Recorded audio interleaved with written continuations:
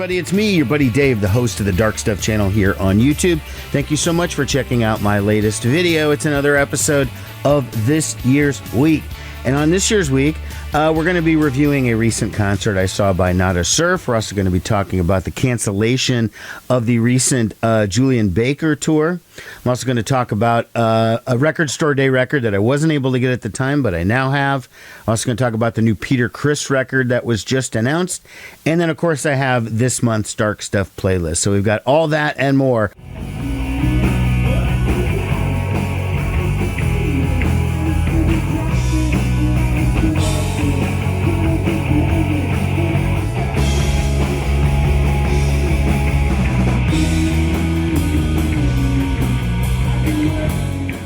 I just saw a little clip of Not a Surf. I saw them a couple weeks ago, and this was maybe the fourth or fifth time that I've seen Not a Surf over the years. Fantastic band.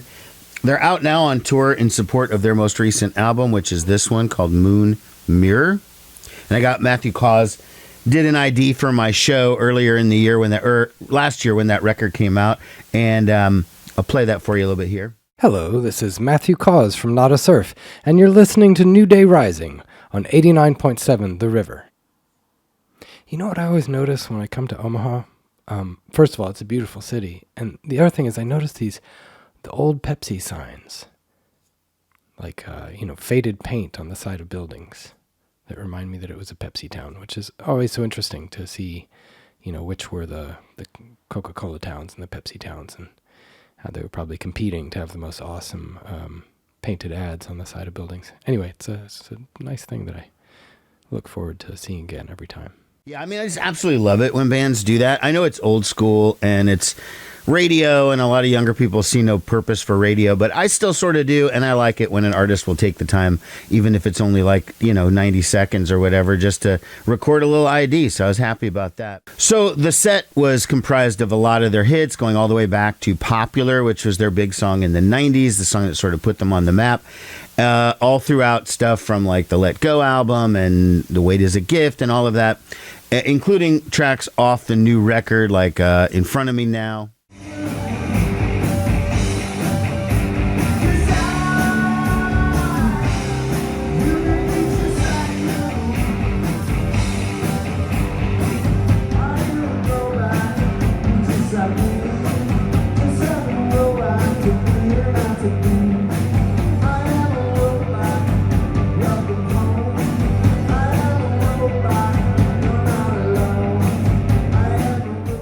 Okay, so the opener on the tour was a group I'd never heard of. They were called like the Cle Elum or the Cle Elum or something like that. And I started watching them, but they were interesting. They sounded good, kind of new wavy guitar rock, and I watched them and I ended up liking them. And I later found out that like the guitar player singer of that band is actually the tour bus driver as well. And the woman who plays drums is like their merch manager or something, and was selling the merch. So they keep it all in-house there with this Not a Surf tour. I've got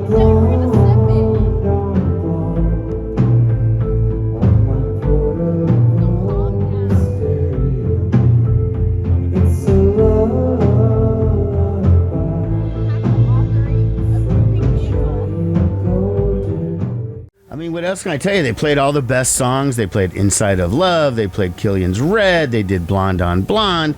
They even did a cool cover of Where Is My Mind by the Pixies, which I think they recorded on a tribute album a while back. It's kind of hard for me to keep track at this point. So, I mean, the attendance was a bit light. I could get right up to the front, which is positive, but I always feel like I want the crowd, the band to feel like satisfied that enough people showed up so they don't feel like they're performing in front of an empty room, which they weren't, by the way. There were maybe 200 people there in a club that holds about 400, 450 or so. So it was about half full. I was supposed to cover another show, a show that I was pretty excited about. It was the Julien Baker and Torres tour. They just released an album together called Send a Prayer My Way. Now, I'm a fan of Julien Baker, not so much Torres, but I thought, like, I don't know, the collaboration would be kind of cool. And their record is very, like, old school, stripped down country music. It's really good. However, the entire tour got canceled, so not just the Omaha show, but the entire thing. A statement was put out on her behalf that said, due to recent events, Julien Baker is prioritizing her well-being and taking time to focus on her health. Therefore, the Julien Baker and Torres Send a Prayer My Way tour has been canceled. This decision was not made lightly, and we understand the disappointment may cause our fans. We appreciate your understanding. Thank you for your continued support and compassion. So, yeah, that sucks that happened, and I don't have any reason to think that there's anything untoward about the reason why the tour was canceled. I do think that's coming up a lot, though. I mean, I don't know. Did just artists in the past just plow through their mental struggles? And I'm starting to wonder about this. I need to pause for my mental health and all that. And it's like, I've had my own struggles with that. I'm not saying that it doesn't exist. I'm just saying that I think people are canceling stuff a little bit too easily. I don't know the extent of Julien Baker's issues. It might be more serious, and I'm not trying to cast aspersions or anything.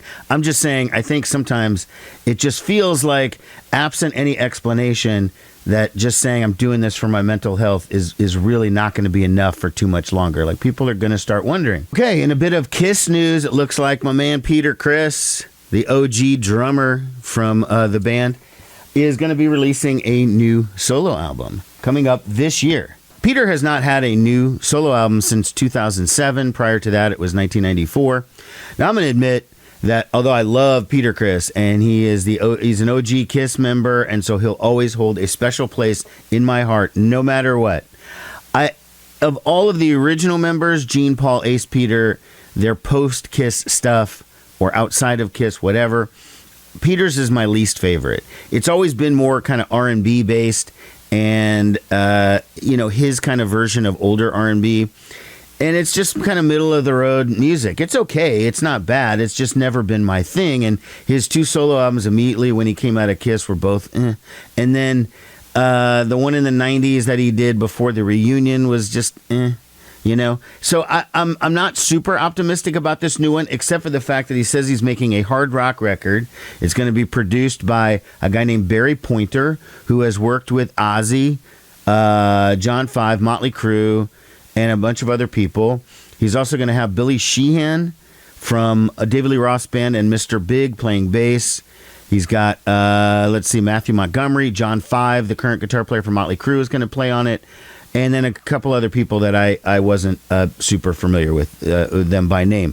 But Peter is promising this is going to be a hard rock record. This is going to be his return to hard rock. So we'll see. I mean, Peter's solo stuff has never really been hard rock. He's played in a legendary hard rock band in Kiss. And there's the Kiss FAQ podcast, which is a big Kiss podcast. Got to talk to Peter, and he said they were like, the drums are going to be super huge and whatever.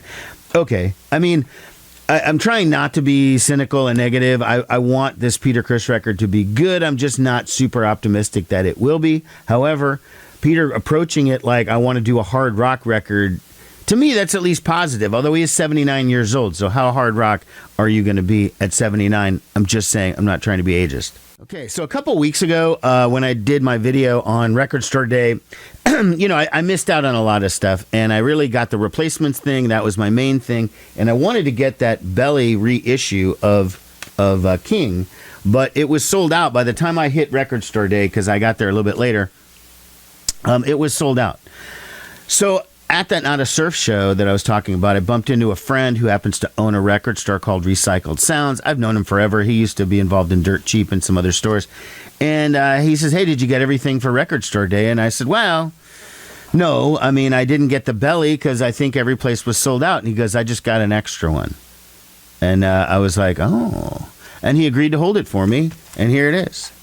Here is the Belly King Record Store Day reissue.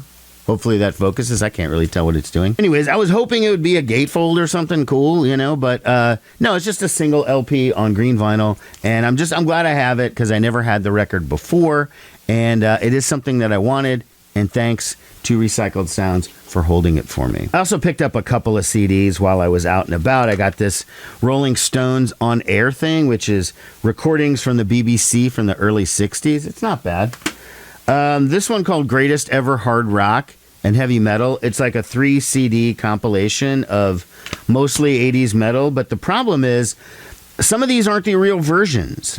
Like you put on like Rock You Like a Hurricane from the Scorpions or whatever, and it's like a live version, and some of these are also just like not the normal versions. And I guess that's why you get 3 CDs for $5.99. You're not actually licensing the original shit. You're licensing some off-brand thing. And then I picked up this Talking Heads live in '78, which is them at the Agora in Cleveland in 1978. Great sounding CD. It was a record store day thing, and I did not feel like paying like $50 for the vinyl when the CD was like $11. I mean, it was just, it made the choice for me at this point. Okay, so let's go ahead and talk about this month's playlist. As you know, every month I put together a playlist featuring music from my whole spectrum of stuff that I like. And I put it out on Spotify and Apple. Let's look at the May 2025 version. So we start off with the Minutemen doing I Felt Like a Gringo. Now, that song from 1983 feels extremely relevant considering the political environment that's going on right now. Just think about it a little bit. It's an unusual take on the subject, but of course it was done 40 some odd years ago. Then it goes into Blue Oyster Cult Live. That's a favorite of Mike Watt from the Minutemen. Tribe Called Quest. Dandy Warhol's great tune that I just discovered called Semper Fidelis. That's really good. Replacements. Conor Oberst. Cheap Trick. John Cale. Bullet Boys. By the way, that Bullet Boys is a Tom Waits cover. Okay, I saw the Bullet Boys recently, and I did a review. It's in the Rock of Aging video. But when I was looking for a song to include, I found that, and I was like, that is too weird that they covered Tom Waits. It's actually not bad. Todd over at Lost Mixtapes told me it reminded him of Bang a Gong. And I was like, is that good or bad? And he's like, neither. So, anyways, Flipper, Chrome Cranks, Monster Magnet, The Pastels, great band, Girl in a Coma, Soul Asylum, Fugazi, Firehose, Sprints, Bobby Bear Jr. That song, by the way, If She Cared. I discovered Bobby Bear Jr. When he was opening for Guided by Voices, his band. I didn't know who Bobby Bear Sr. was. I didn't know who his dad was, the famous country star from the 70s, and I didn't know who he was. And I saw him open for Guided by Voices. I thought they were so good. I bought the record off them that night. And then, who knew, a year later, Bobby Bear Jr. would be the lead guitar player in Guided by Voices. Robert Pollard broke up the classic version of the band and got a new band, and Bobby Bear Jr. has been in the band since then. But this is from 2014, I think, and it went back to that one. So then REM, Paul Weller, Gulfer, Tom Petty, The Cars, Alex Chilton, The Mommy Heads. That song, Need More Pennsylvania, is one of the greatest songs ever written. Elvis Perkins, Golden Smog, Buffalo Tom, and closing out with Rilo Kiley, the recently reformed Rilo Kiley, by the way. Well, that's pretty much all I have here for you in this particular episode. I'll be back very soon because we've got a lot of shows coming up. I'm doing some reviews and deep dives on a couple of new releases that are out, that'll be out shortly. So lots of content coming here from the Dark Stuff. Thanks so much for watching. Take care, everybody. So, you have a MySpace page or something?